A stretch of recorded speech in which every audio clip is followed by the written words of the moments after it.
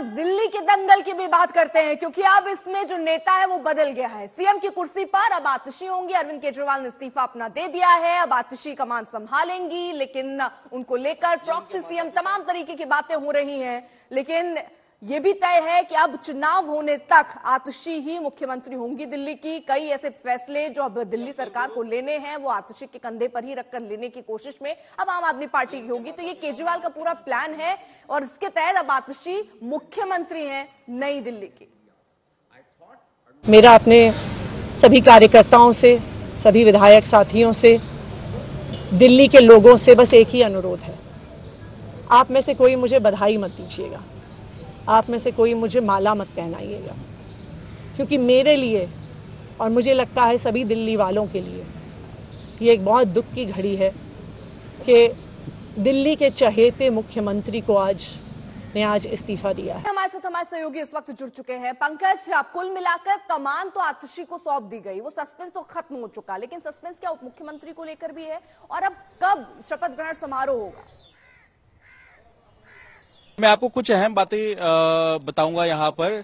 सीधे तौर पर अब जब दावा पेश कर दिया गया है तो आम आदमी पार्टी सरकार को और आम आदमी पार्टी को इंतजार है कि जैसे ही मंजूरी मिलेगी वैसे ही वो शपथ करवाने के लिए तैयार है। यानी कि अगर सुबह मंजूरी मिलती है, शाम तक वो शपथ करवा लेंगे। दूसरी संभावना ये है कि जो उपराज्यपाल दफ्तर है वहां पर ही इस शपथ कार्यक्रम को अंजाम दिया जा सकता है। तीसरी अहम जानकारी ये मिल रही है कि हमने पहले देखा है जब अरविंद केजरीवाल शपथ लेते हैं तो उनके साथ सारी कैबिनेट भी शपथ लेती है। तो जो आतिशी हैं मुख्यमंत्री के तौर पर, उनके साथ कैबिनेट के बाकी मंत्री भी शपथ लेते हुए नजर आ सकते हैं। और चौथी अहम बात यह भी है कि यहां पर सीधे तौर पर संभावना यही है कि आने वाले समय में जो कामकाज है उस पर फोकस रहेगा आम आदमी पार्टी सरकार का, और वो ये चाहते हैं कि जल्द से जल्द ये शपथ कार्यक्रम हो जाए और उसके बाद कामकाज को अंजाम दिया जाए, क्योंकि ज्यादा वक्त नहीं है चुनाव में, और जाहिर है चुनाव में ज्यादा वक्त नहीं है तो आचार संहिता जल्दी लागू हो जाएगी और उससे पहले कई ऐसी नीतियां हैं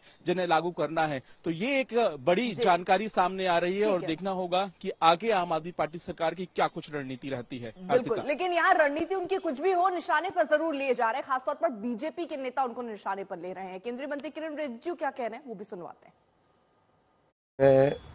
आम आदमी का सरकार आने से दिल्ली के लोग बहुत परेशान हैं और पछता रहे हैं। मैं अन्ना हजारे को भी दोषी देता हूं, उन्होंने पैदा किया है अरविंद केजरीवाल, नहीं तो दिल्ली के लोग इतना तड़पना नहीं था। झूठ बात बोल करके यहाँ चुनाव जीत करके दिल्ली को बर्बाद किया है। अब मार्लिन का क्या है, मार्क्सिस्ट और लेनिन का जुड़ा हुआ नाम है, तो वो लेफ्टिस्ट है।